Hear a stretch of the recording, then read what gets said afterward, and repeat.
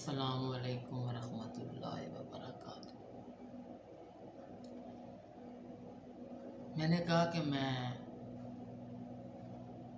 جب یہ زندگی کا ایک ایسا مسئلہ ہے کسی کا بھی سنتا ہوں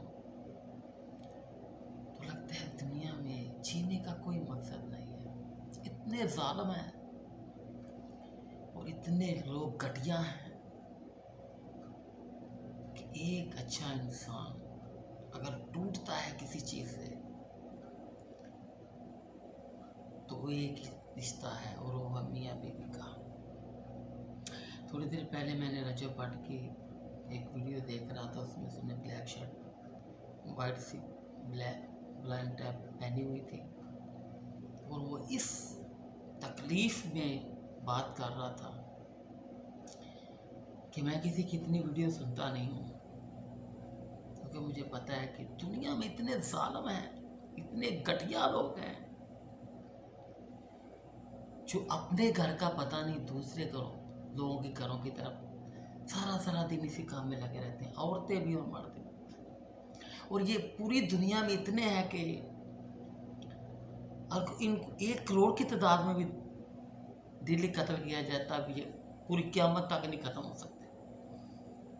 اچھا، ایک اچھا انسان زندگی گزار رہا ہے، بس پتہ نہیں ان کو کیا ہو جاتا ہے، اس کی زندگی کے پیچھے پڑ جاتے ہیں۔ اور رجب بھٹ سے میں کہنا چاہتا ہوں، میرے دوست، تم نے پہلے ایک بات کی ہے صحابہ کے خلاف، اور میں اس پہ ویڈیو کرنے والا تھا کہ یار کیسے پتہ چل گیا یہ جو پوری دنیا میں شور مچا ہے کہ بھائی اس نے گستاخی کرتی ہے، اس نے کہا ہے کہ یزید تیری جد پہ لعنت۔ میں اس موضوع کو ٹچ نہیں کرنا چاہتا بہرحال، کیونکہ پہلے بھی کتنے مسئلے میں برباد کر چکا ہوں جو بڑے بڑے عالموں نے ٹچ کیے ہوئے تھے۔ میں اس ٹاپک پہ آنا نہیں چاہتا، اگر میں اس میں بات کروں تو کسی مائی کے لال کے پاس اس کا جواب نہیں ہے۔ بہرحال پہلے تو یہ سوچنا چاہیے جس بندے نے بات کیا کس اینگل سے بات کی ہے، تو اس کے اندر کے لیول کو جانتا ہے کہ اس نے گالی کس کو نکالی ہے۔ پہلے نمبر تو بات ہے اچھے انسان تک تو گالی جا سکتی نہیں کسی صورت میں۔ بھئی ایک بندہ نمازی ہے، ایک بندہ اس کے گھر میں چور ڈکیٹ ہے، وہ چور ڈکیٹ کو گال اس کے باپ کے ظاہر کسی طریقے سے انداز سے گالی نکالے گا۔ اب وہ گالی جو نکال رہا ہے وہ تو اس لفنگے کو ہی جا رہی ہے نا۔ اب اس کے باپ کے نام ساتھ لے کے گالی کھا رہا ہے، اس کی ماں کو ساتھ لے کے گالی کھا رہا ہے، اس کے کسی بھائی کو لے گالی اس لفنگے کو ہی پڑے گی جو اپنے ماں باپ کو بھی گالی پڑوا رہا ہے۔ تو اس کا مطلب یہ نہیں کہ گالی اس کے ماں کو پڑی ہے یا اس کے باپ کو گالی پڑی ہے، گالی اسی کو ہی پڑی ہے۔ تو بہرحال میں اتنا اشارہ کرنا چاہتا تھا، بس میں آگے اس کی طرف آنا چاہتا ہوں۔ رجب بھٹ وہاں بیٹھ کے بات کر رہا تھا تو خدا کی قسم اٹھا کے کہتا ہوں، مجھے کسی بندے سے نہیں لین دین کی، یہ شہرت یافتہ ہے تو اس کا، میں شہرت والے بندوں سے پہلے ہی دور رہتا ہوں۔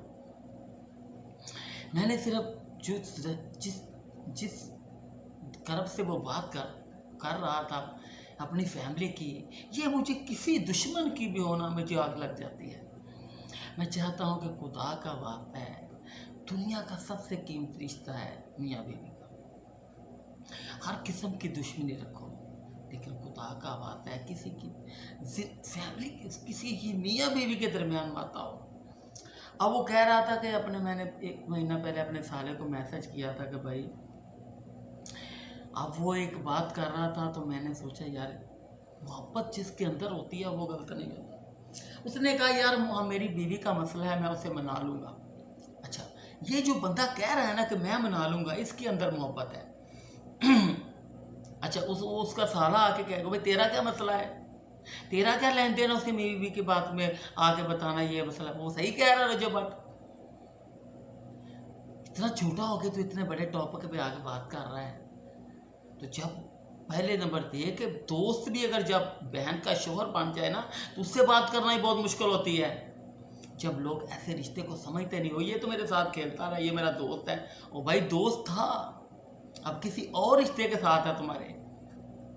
یہ رشتہ پوری